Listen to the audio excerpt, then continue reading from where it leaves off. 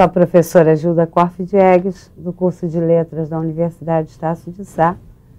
E o programa Letras e Mídias sente muita honra em receber a presença hoje do professor Gerd Monheim, um dos nomes mais significativos do pensar filosófico no Brasil, seja na trajetória acadêmica, seja na autoria de dezenas de textos de publicação. Além do nosso convidado, os tradicionais participantes, professora Terezinha Val e professor Ivo Lucchesi.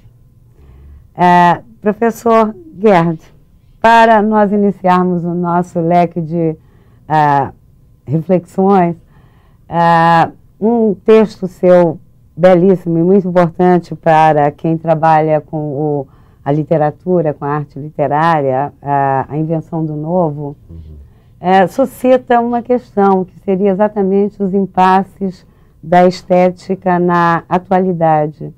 Então, eu começaria pedindo ao senhor, né, uma digressão sobre essa questão, sobre as duas vias, inclusive, deixadas pelo pensamento de Marx, né? Bem, eu cheguei a problematizar esse adjetivo novo em Marx por um acaso. Sim.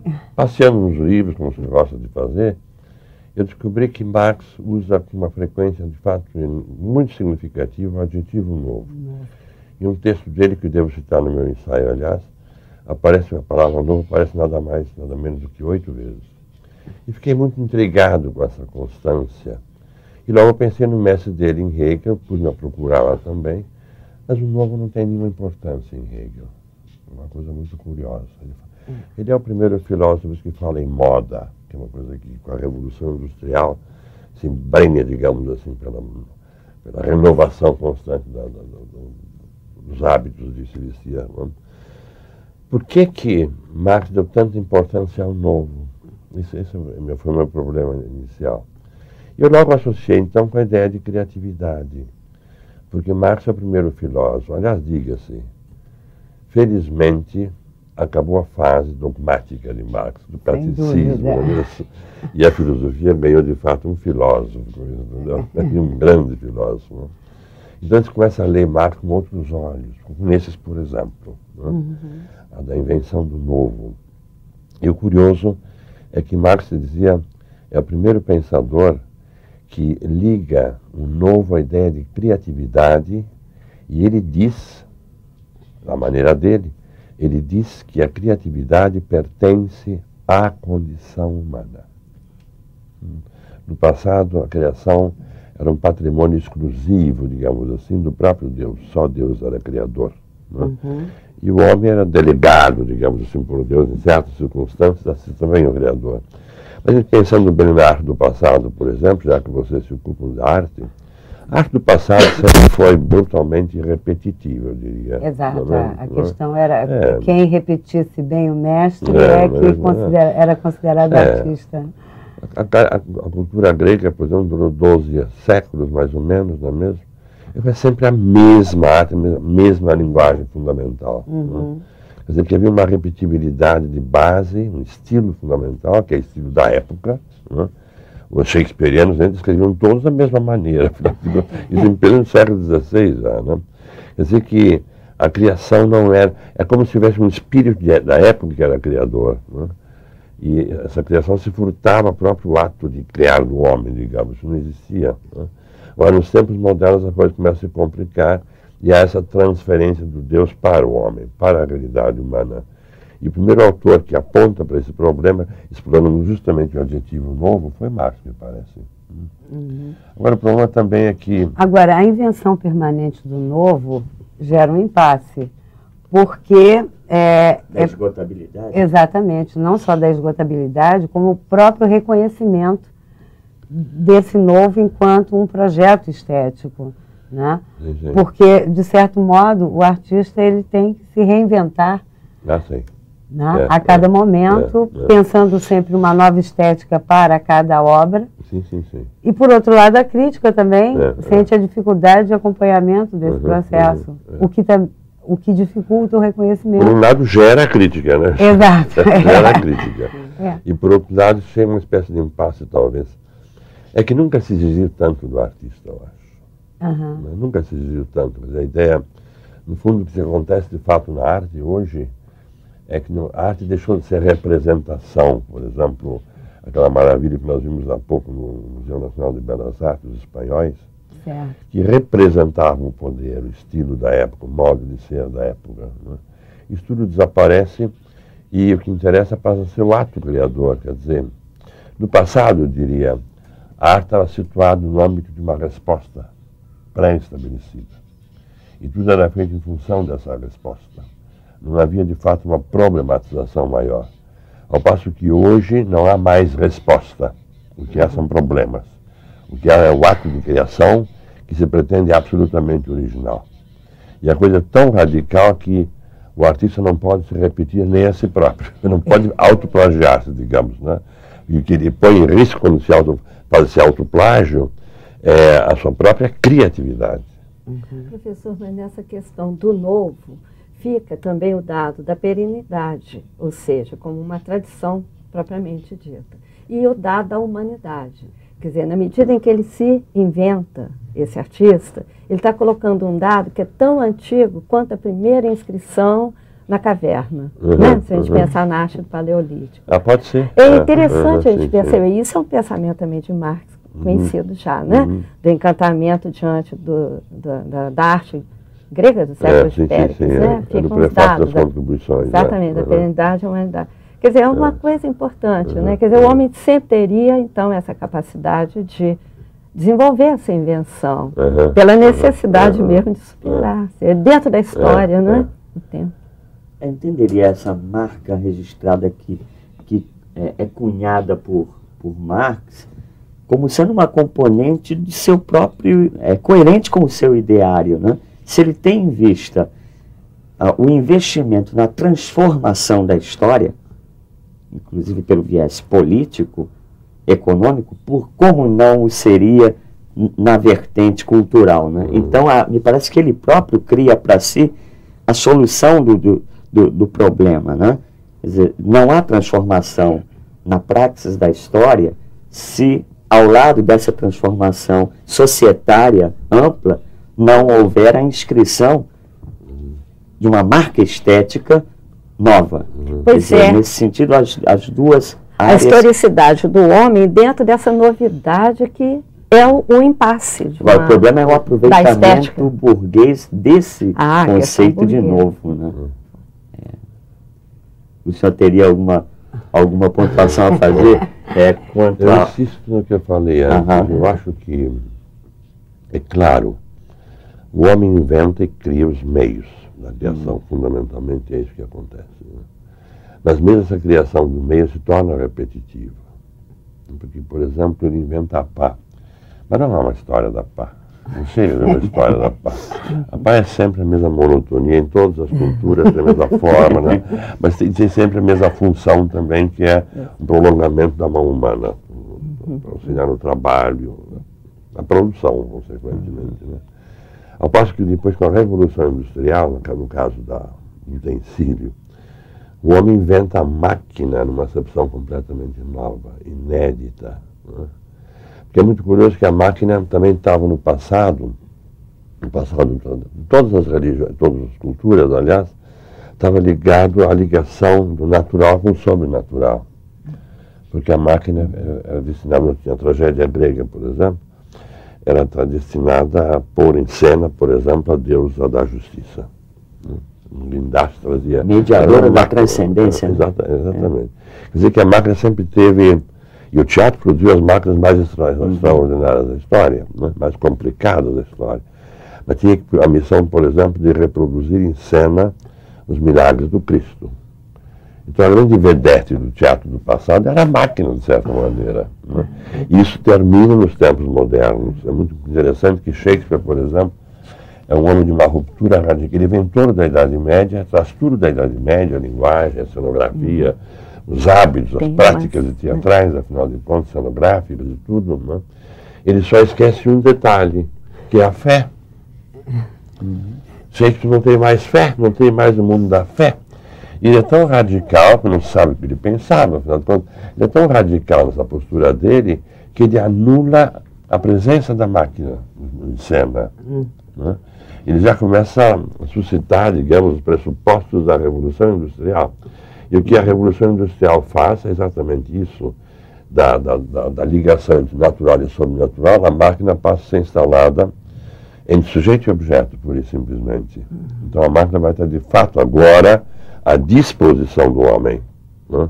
Quer dizer, essa disposição, estar à disposição do homem muda a natureza da máquina do passado. A máquina do passado era outra história, ela tinha outra dimensão. Né? Agora não. Né? É sujeito e objeto que comanda todos, toda a realidade hoje está reduzida, afinal, a sujeito e objeto, não há um terceiro termo. Né? Uma relação sujeito-objeto, não há nada para cima e nada para baixo, digamos assim. Isso modifica muito a nossa situação e a situação da arte de modo espetacular, eu acho, inclusive. Mas eu diria, sabe o quê? Que no passado, a rigor, nunca houve propriamente arte, sabe? Porque ela estava a serviço de um modo tão imediato, tão fantástico, né? E hoje, quando um pintor pinta um quadro, que ele pinta, não é mais nada, ele pinta a própria pintura. Né? Não interessa saber, por exemplo, se o Picasso fez um quadro, ele nunca fez um quadro abstrato. Mas não está aí o problema se é figurativo ou não ser figurativo. O problema fundamental é que o romance de Flaubert é o romance da linguagem do romance. Isso é fundamental. Né? Então aqui a possibilidade de repetição é interrompida, de certa maneira, porque a criação é tão radical que ela tem que criar a estética correspondente para esse objeto que está sendo criado agora. Né? Então a estética é de fato o objeto do romance, a estética é que é o objeto da pintura e por aí afora. Né? E aí eu acho que é uma modificação muito grande, uma ruptura de fato. Porque no fundo, o que nunca houve no passado, a partir do Neolítico, digamos, é a independência da condição humana. E hoje nós vivemos exatamente essa independização da condição humana. O homem é simplesmente gente hoje. Né?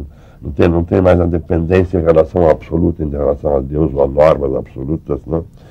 E quem viu muito bem isso foi Nietzsche, eu acho. Nietzsche diz em algum lugar, né, que a grande preocupação, em breve, a grande preocupação dos homens vai ser a educação. Porque é aí que está, quer dizer, quem educava no passado era a estabilidade dos valores. Né? Quer dizer, o homem estava educado desde sempre, digamos. Né? A educação era um requisito eterno, digamos, da própria condição humana. E agora não há mais essa estabilidade dos valores. Há uma espécie de responsabilização, essa responsabilidade leva a assumir as condições em que ele vive, né?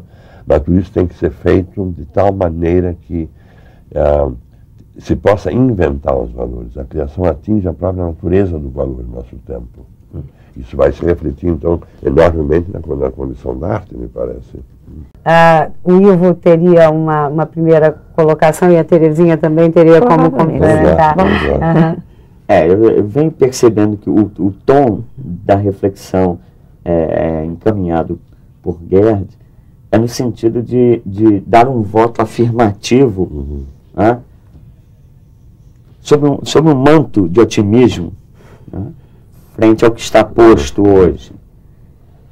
O que, de certo modo, percebo de maneira auspiciosa, porque é raro hoje ouvir-se a voz otimizadora frente ao quadro posto. Então, diante disso, a título até de provocação, quer dizer, como resistiria esse otimismo no tocante à expectativa por uma vigorosa expressão estética contemporânea, estando esta expressão estética, aos olhos de muitos outros, como refém da tirania do mercado? Uma pergunta muito instigante, eu acho ótima a pergunta dela. Mas sabe o que eu acho? Eu acho que, para colocar o problema em outra perspectiva agora, então, nós vivemos hoje, no século XX, embutidos, digamos assim, em certas antinomias. E são antinomias insuperáveis. Seria a contradição do processo dialético, se quiserem. Mas eu prefiro falar em antinomia porque justamente o processo dialético prolonga as possibilidades e coisas assim. essas antinomias, nós não vemos saída para elas. Por exemplo, necessidade e liberdade. Nós temos as duas coisas em nós e é muito difícil conciliar, por exemplo, psicanálise e marxismo. É uma antinomia muito radical, que está na base de toda a escola de Frankfurt. Uma outra antinomia importantíssima seria a antinomia entre criação e repetição. São palavras que se repelem, digamos, de certa maneira, não é mesmo? Mas nós vivemos dentro delas. E o perigo, sabe qual é? Eu diria, o grande perigo é estabelecer aí uma espécie de maniqueísmo e achar que a repetição é negativa e a criatividade é positiva, porque pode ser o contrário também. A repetição pode ser, por exemplo, princípio de economia, de conforto, de comodidade, uma série de coisas que a repetição traz consigo. Né? Mas não se vê a possibilidade de conciliar esses dois termos. Aí que está toda a dificuldade. Né? Porque se parte da ideia hoje, esse homem que a máquina é essencialmente repetitiva e leva o homem à repetição. O homem vê o relógio, está dominando o tempo, está medindo o tempo, né? Mas é um comportamento repetitivo que ele tem, ele insiste nessa repetição por razões óbvias. Né? Agora, a criação também está tão embutida na realidade humana, isso pode ser visto, por exemplo, já na escolinha de arte. Né? Se parte da ideia de que a criança tem criatividade. Se põe um papel vazio, parece um processo de masoquista, quase, de tortura, né? Nada, nenhuma sugestão de modelo a ser copiado, coisa que valha. E a criança vê que entrega a própria solidão, não se diz nada para ela, e o que ela faz, de fato, é descobrir o esplendor do amarelo. É descobrir a festa que é o amarelo. Né? É uma festa para a criança. Sem dúvida. Claro que a criança não pode ter uma alta criatividade, é bobagem para entender que ela possa fazer um quadro, uma obra de arte, não existe, né? Mas a postura é que se parte da ideia é que a própria criança e a condição humana em geral é baseada na criatividade do homem. Esse é o grande ponto de partida hoje. Né? Claro que o marketing pode querer abafar isso, ou canalizar isso para essa ou aquela maneira, ou pode ser um princípio de manipulação, que é muito sério, não é mesmo? Só que eu diria que aqui também eu sou otimista, sabe? Eu diria, sabe o quê? Manipulação sempre houve. A política é essencialmente manipulatória. Não dá para fugir disso. A igreja é profundamente manipulatória. Por exemplo, conhece essa história tão linda que é a invasão dos árabes da Idade Média, né? Invadiram o sul da Europa, e os árabes trouxeram uma belíssima cultura. Alta ciência, higiene, uma série de coisas maravilhosas, não é mesmo? E trouxeram também o culto à mulher. A ideia da rosa. Né? A mulher era cultuada. E o Vaticano começou a ficar inquieto com essa coisa da cultura da mulher. Né? E aí inventaram, incentivaram o culto à Virgem Maria, que já existia no cristianismo oriental bizantino. Né? No ocidental latino era muito escasso. Mas a Virgem Maria nunca abriu a boca, é muito difícil fazer um culto à Virgem Maria. Mas tinha que fazer uma contraposição. E castraram a raça feminina, foi castrada. Quer dizer, é uma manipulação tão violenta, de consequências tão drásticas, que ainda hoje nós estamos dentro dela. A emancipação da mulher é coisa de um século e pouco, que começou essa história da emancipação. No século XIX que descobriram a material, né? Só que não é que nem se falava em manipulação. Porque o Vaticano era o próprio Deus falando. Não havia ideia de manipulação. Não havia o cálculo da igreja de manipular. Não, era a verdade mesmo que estava em cena, atuando, essa coisa toda. E o meu otimismo, sabe qual é, Ivo? É que hoje a manipulação é um papo mais ou menos cotidiano e normal. Não é privilégio de intelectuais, filósofos, coisa que o valha. Né? Todo mundo que tem uma certa formação sabe que a televisão manipula o homem dessa ou daquela maneira. Né? Então nós somos manipulados, mas ao mesmo tempo nós sabemos que somos manipulados. E há um certo reconhecimento, pensar consentimento. Claro, por que não? Como um dado de aceitabilidade. Não, porque, por exemplo, a propaganda. A propaganda hoje se sabe, toda a propaganda é mentirosa. É uma mentira. Qualquer coisa que diga é mentira na propaganda. O homem sabe que é mentira, que tal produto não dava mais branco. Então sabe que é mentira isso, né? Mas ao mesmo tempo faz a propaganda e paga a propaganda. Pela própria sedução, entra na engrenagem, engrenagem, né? Quer dizer que a situação é um pouco paradoxal, de certa maneira, e é por isso que se pode falar em antinomias, eu acho. Não é? Nós estamos dentro dessas antinomias e não dá para superá-las de fato. Não é? Mas eu diria, mais uma vez, tem que se evitar o maniqueísmo, como se um polo fosse negativo e outro positivo. Professor, o senhor fez a referência aí ao culto mariano da Idade Média, né? Então a gente vê, nas cantigas de Santa Maria, está lá Dom Afonso X, o sábio, né? Que foi o produtor daquele canto mariano, né? Dentro da lírica peninsular. Mas se a gente voltar aos escritos, né, lá sagrados, vai encontrar uma Maria silenciosa, mas que aceitou. Aceitou uma palavra que seria aquela da determinação, do poder, mas ao mesmo tempo quebrando um modus vivendi, porque ela foi transgressora ali. No momento em que ela aceitou sendo, quer dizer, depois há outro trabalho que você estava falando, da leitura do texto pelo poder. Né? Então veio o poder da igreja lendo, e dos evangelistas e tal, lendo aquele sim. Mas aquele sim era extremamente, eu acho um primeiro no sentido de que ela era né? virgem. Ela vai ter um filho que não tem um pai numa sociedade arcaica. Não é muito interessante a gente olhar esse outro viés que nunca é dito. Então há falas também que são muito silenciadas. Há leituras que não podem ser feitas, não devem ser feitas. Né? E aí, quer dizer, essa coisa da tradição que pode ser recuperada numa leitura nova também, né? E que eu acho que é o papel propriamente da perspectiva, digamos assim, eu acho que é da própria escola. Né? Quando a gente estuda um texto como o do teatro, ao estudar o Gil Vicente, não se pode abrir mão de se ler Brecht. Né? Entre o Círculo de Giz Caucasiano lá com o Juiz da Beira. Você tem uma referência dessa. Né? Então, há uma tradição do novo e um diálogo, eu acho que tem que ser permanente com essa coisa antiga, ou a tradição que a própria escola tem que deter como conhecimento, mas ao mesmo tempo propiciar essa discussão das antinomias, que é exatamente isso, não são, né, não é a contradição dialética pura e simplesmente, porque ela vai abrir uma outra possibilidade, mas as antinomias, é esse impasse, e é um impasse de passagem de milênio, de uma estrutura social, política, econômica, que vai dar numa globalização, o que é também, né? Quer dizer, o otimismo pode passar, então, a partir do quê? Não do impasse ou da antinomia, mas porque a gente também acredita nas contradições dialéticas, não? Sim. A gente aceita. E aí, como fica a estética e a filosofia, quando o estudante da arte não tem, quer dizer, como é que fica esse estudante, melhor dito, quando ele não tem as referências, né, da estética ou da filosofia? É que caiu completamente por terra hoje, no meu entender, é a ideia de uma estética normativa. Esse é o problema. No fundo, é uma coisa muito recente a estética normativa, um fenômeno renascentista, pode-se dizer. Né?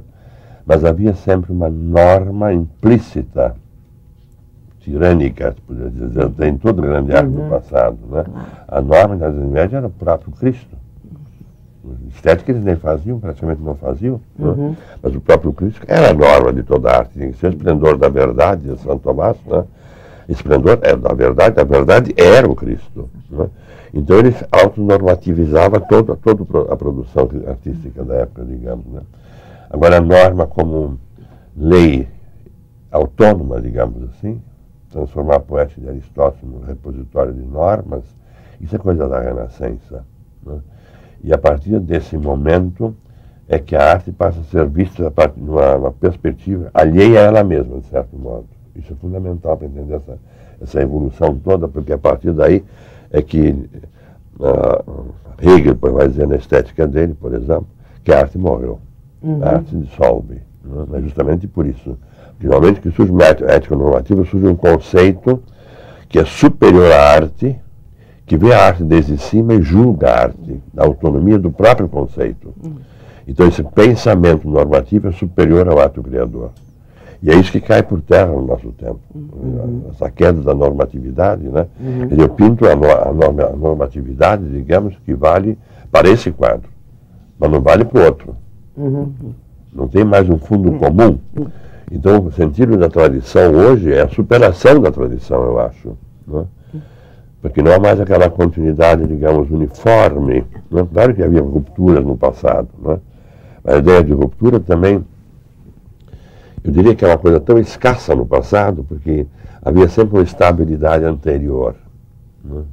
Uma estabilidade recorrente, digamos assim, se estabelecia com uma força absoluta, e hoje justamente esse caráter absoluto é que cai por terra, me parece. Né? Então, nesse sentido, é que há uma espécie de abandono do artista a ele mesmo. Né? E o único consolo que ele tem, de fato, é a própria criação. Né?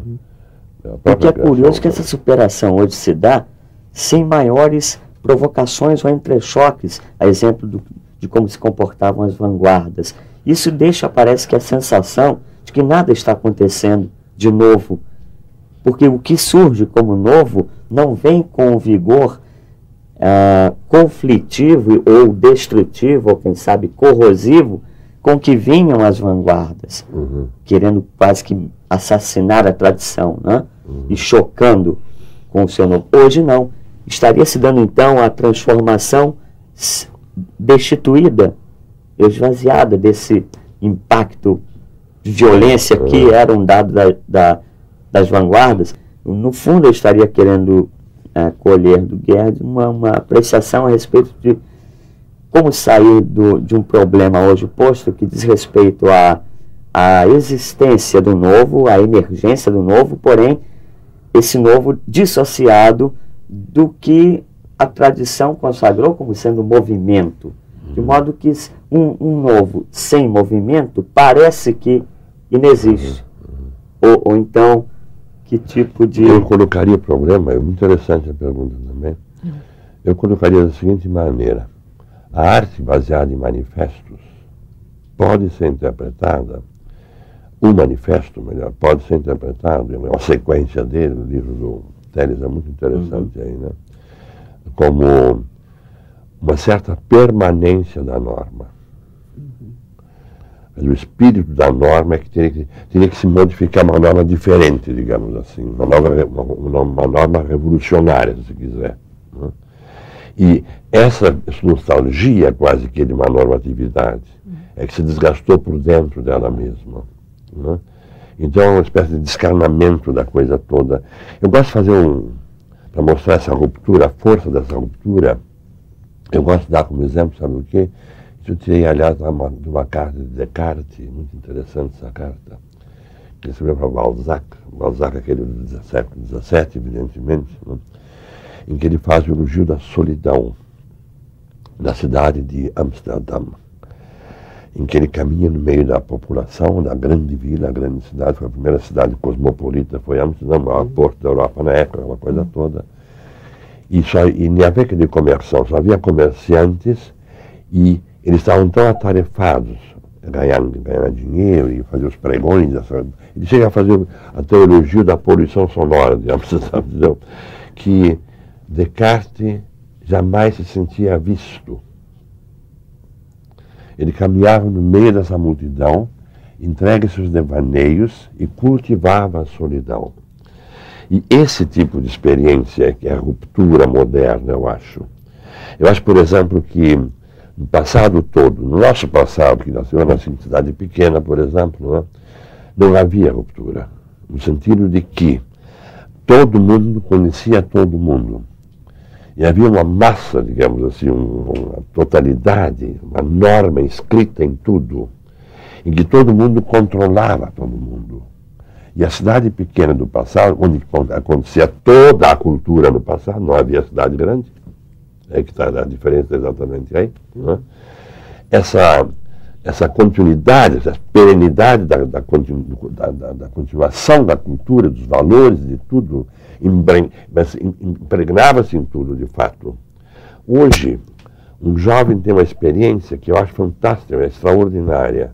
Eu saio da minha casa com uns 15 anos, digamos assim, dobro a esquina e me torno literalmente um ser anônimo. Eu estou desvinculado de tudo. Né? Isso é a experiência mais comum, mais pobre que se possa imaginar. Né? Quer dizer, a pequena cidade tornou-se uma espécie de princípio de atrofia. É bom para fazer uma vilejatura, umas fériasinhas, descansar um pouco, coisa que vale. Mas a pequena cidade não oferece mais nada. Ela está condenada a desaparecer. Não quer dizer fisicamente, eu quero dizer que a tecnologia vai invadir completamente esse mundo todo, a fazenda, a roça, essa coisa tudo. E vai ser uma grande cidade do planeta inteiro, em última análise. Né? Mas essa experiência é muito importante. De repente, isso apareceu no teatro pela primeira vez, tanto quanto eu vejo, na primeira peça de Schiller, que é Os Ladrões, os Bandidos. Inventaram o hippie. Esses rapazes da peça, os personagens da peça, eles saem de casa e vão para fora da cidade. E querem se estabelecer contra a cidade nesse mundo exterior. E saem perdendo, são punidos, essa coisa toda.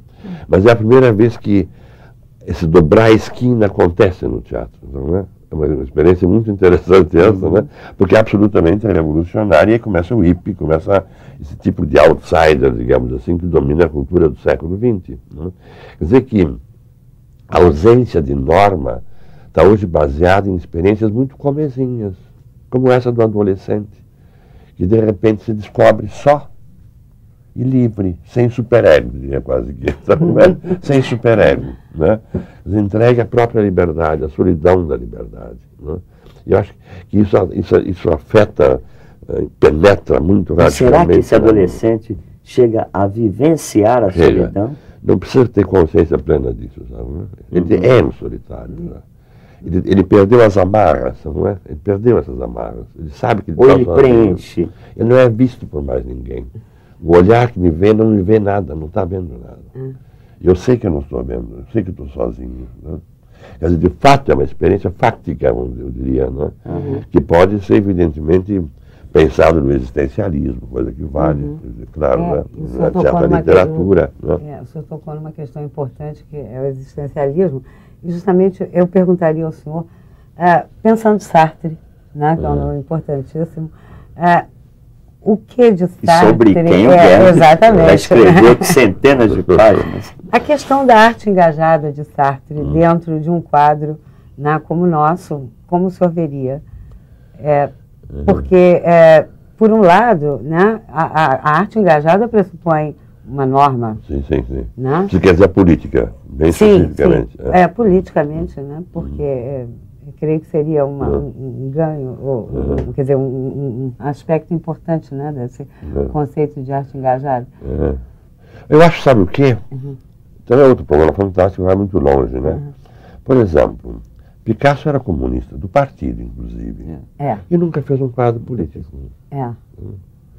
Mesmo um quadro como... Guernica. Na Guernica, por exemplo, no fundo não mostra uma cena de guerra, é o estertor de um cavalo, pescoço de um cavalo, aquela coisa.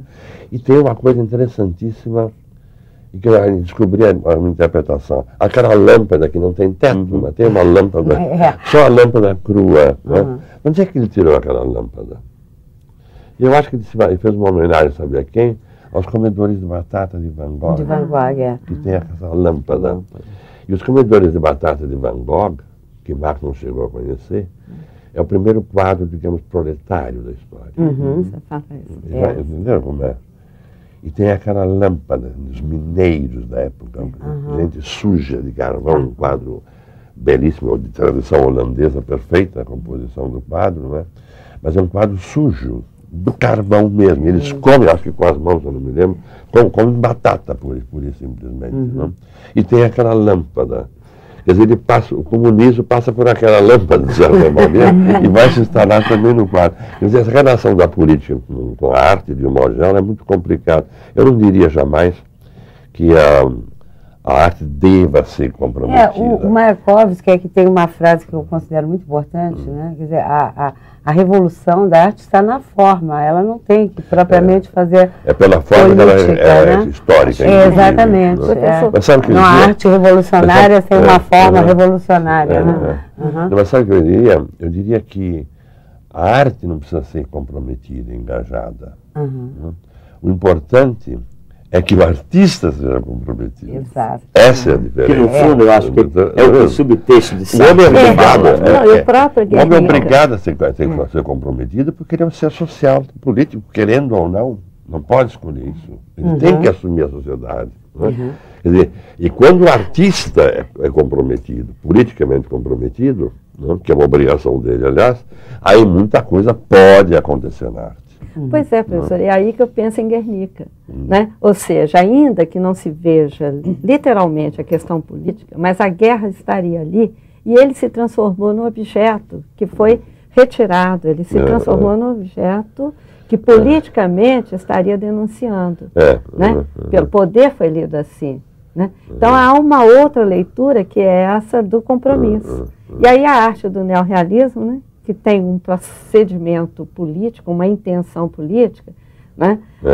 Até que há uma falha aí entre a teoria e a prática, porque na verdade, se era uma arte para revolucionar, portanto engajada, com a intenção do artista de fazer a revolução, ela vai acabar esvaziando, porque os elementos, os agentes da revolução não podem pegar o texto, ler o texto. No cinema, tudo bem, o filme pode ser passado, mas nem todos iam ao cinema. Se a gente pensar no neorrealismo italiano, por exemplo. Né? Bom, mas então, quer dizer, há um segundo momento em que esse neorrealismo começa a ser revisto pelos próprios artistas.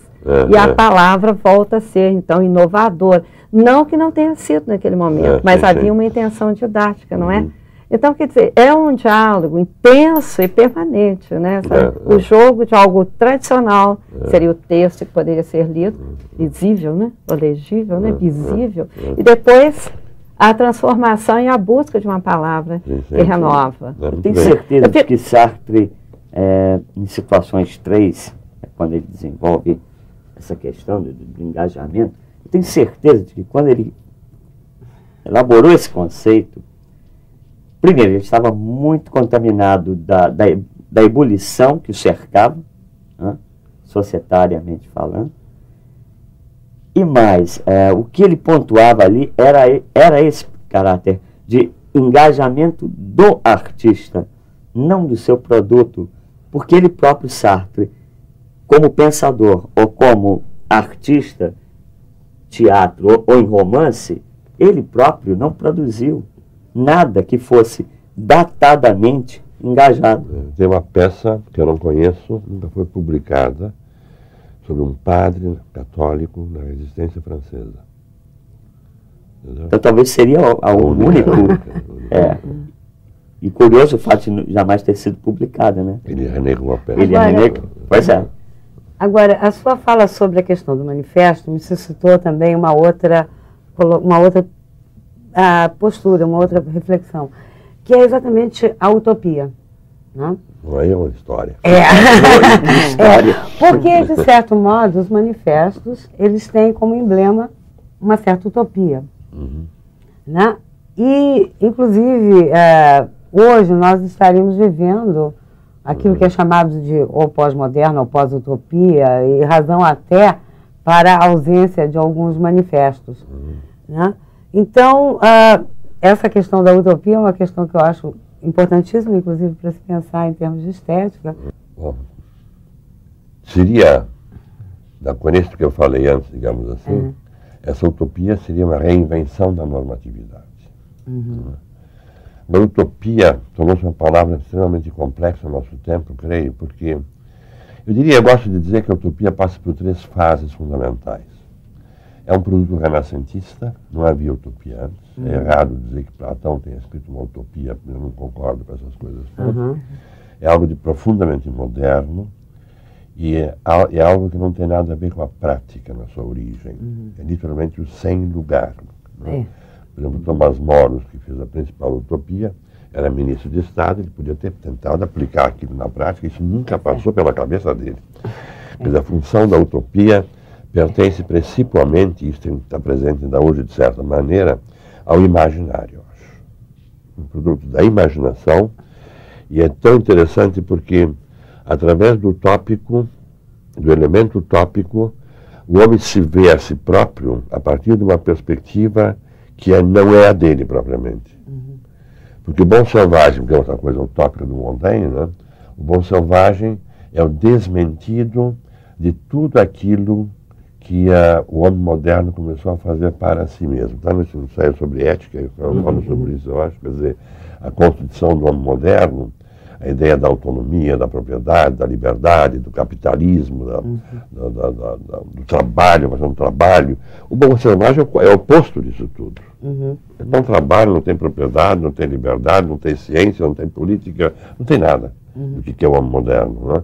Mas justamente por ser o oposto, de um lado ele substitui o santo, Deus te vê, ou coisa desse tipo.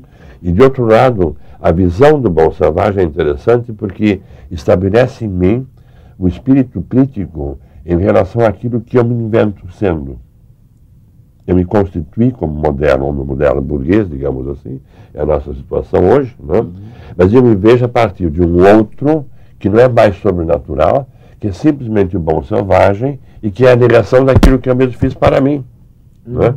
Então esse juízo é todo peculiar, esse tipo de reflexão é muito curiosa, eu me reflito, digamos, daquele outro como espelho e como raciocínio ao mesmo tempo. Não é?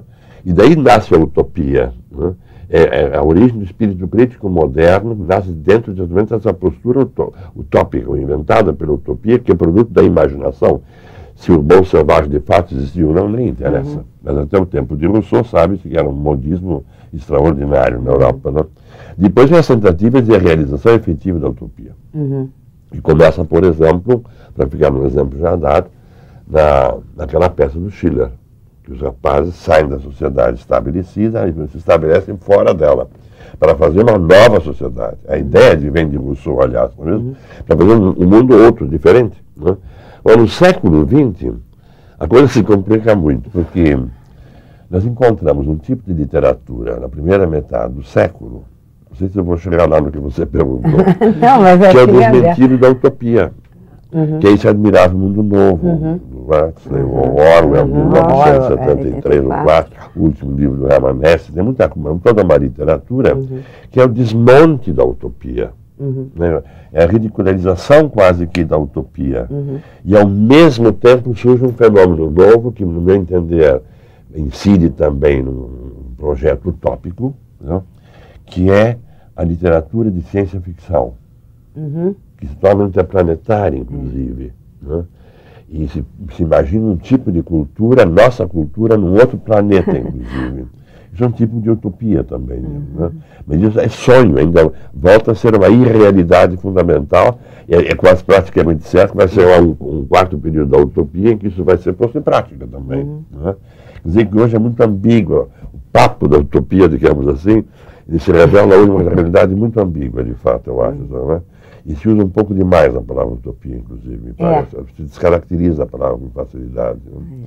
Eu acho bom permanecer preso àquele sentido originário do Thomas More, do Montaigne, essa turma aí. Né? Professor, essa questão do não lugar não estabelece uma relação do homem com a sua própria liberdade, uma construção da liberdade? Uma construção da liberdade. Da liberdade, não é? E o senhor estava dizendo a respeito do quê? De um texto seu que acabou de ser publicado sobre a nação e Estado. Sim, sim. E o senhor estaria agora escrevendo um novo texto sobre a questão propriamente da liberdade. Não, eu tenho escrevido um texto sobre ela. Eu já tenho um esboço que foi publicado numa obra coletiva pelo Banco do Brasil, no Centro Cultural, aqui do Rio, né? Sobre a liberdade, em que eu discuto fundamentalmente essa carta do Descartes. Né?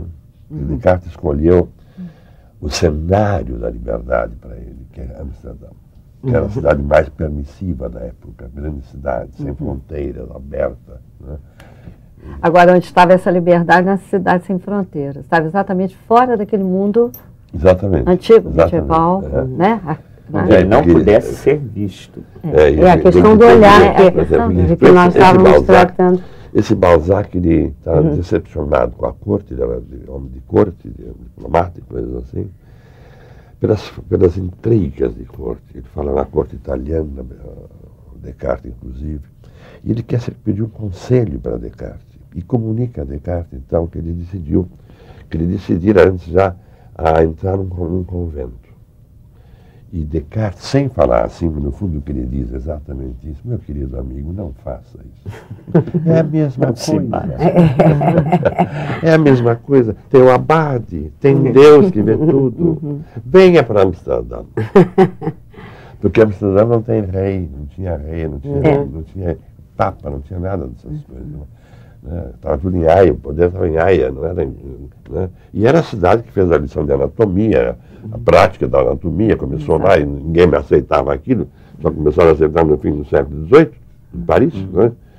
E quer dizer que de fato era uma cidade outra, né? Então...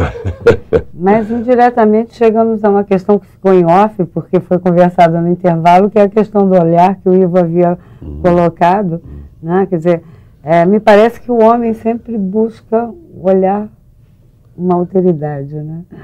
Aí que está curioso, sabe por quê? Porque Sartre é profundamente cartesiano. Né? E ele usa a expressão sans jamais être vu, sem jamais ser visto em Amsterdã. Mas a teoria do Sartre é exatamente oposta. Ele diz que o homem sempre é visto.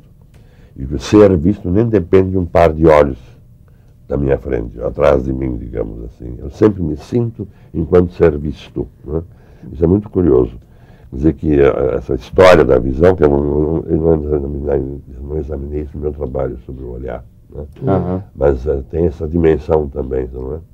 Porque Sartre insiste exatamente no fato de que o homem sempre é visto. E eu não sei se não é uma coisa meio provinciana demais. O narcísico. Bem, mas hoje estaríamos vivendo exatamente sob no auge do império da imagem. Né?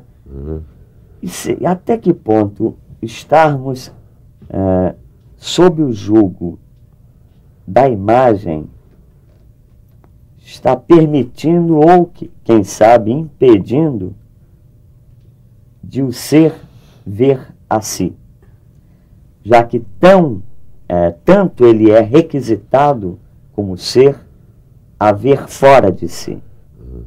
Como é que se resolve essa tensão hoje?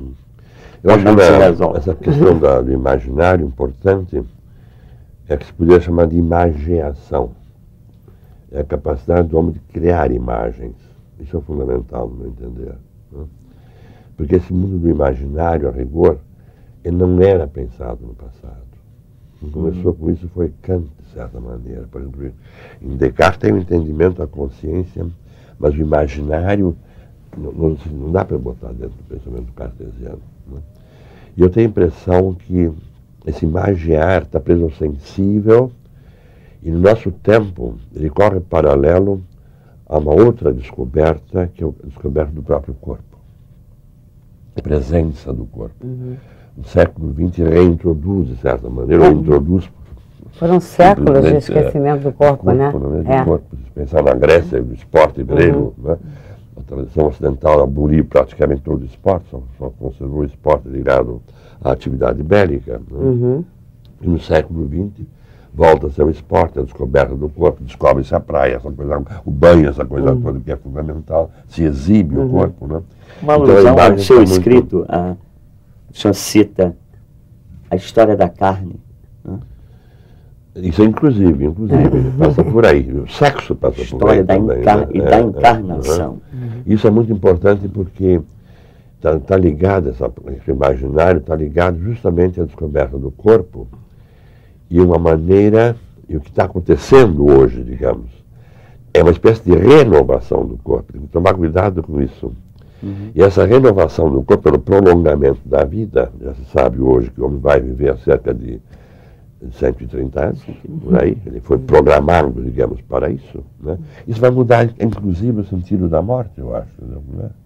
Porque o homem que morre aos 70, morre na metade da vida, em última análise, é claro que, no fundo, é angustiado por revolta, quase que inconscientemente. Ele não cumpriu todo o cronograma dele, vamos dizer assim. Né? Ele nasce frustrado Ele sabe que vai morrer antes do tempo, sem saber, quer dizer, né? Mas hoje tudo isso está sendo debelado, está sendo investigado, e nós sabemos já que vamos viver, não nós, mas os nossos netos, os nossos filhos, né? Vão viver muito mais tempo. Então eu acho que, sabe que... Aí voltam as antinomias. Será que por nos sabermos mais prolongados, não necessariamente nós, mas a geração que nos sucede, não retardaria? Quem se souber mais prolongado não retardará a sua inserção produtiva e criadora? Porque isso dialoga com a sombra do pensamento existencialista, né? Exatamente porque eu me angustio diante do absurdo da morte, eu preciso vencê-la. Mas aí, não é que a morte muda de sentido, eu diria, possivelmente, sabe como é? Por quê? Porque, claro, um problema na medicina hoje, um dos grandes problemas é a gerontologia, é diminuir a velhice. A velhice é uma coisa muito triste, eu acho, não dá para aceitar, pura e simplesmente.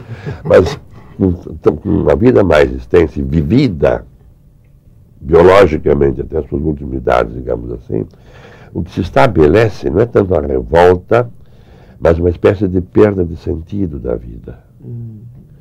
E essa experiência nós temos, as pessoas de idade têm. São pessoas que, quando ficam olhando, mas veem um buraco, elas veem um buraco escuro, não estão vendo mais nada. Né?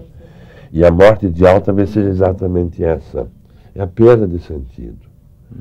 E tem o Hélio tem um poema satírico dele que é muito interessante, diz assim: aquela lady, aquela senhora ficou tão velha, mas tão velha, que virou ateia. Ele exagerou porque a pessoa não fica ateia. O ateísmo perde sentido, inclusive.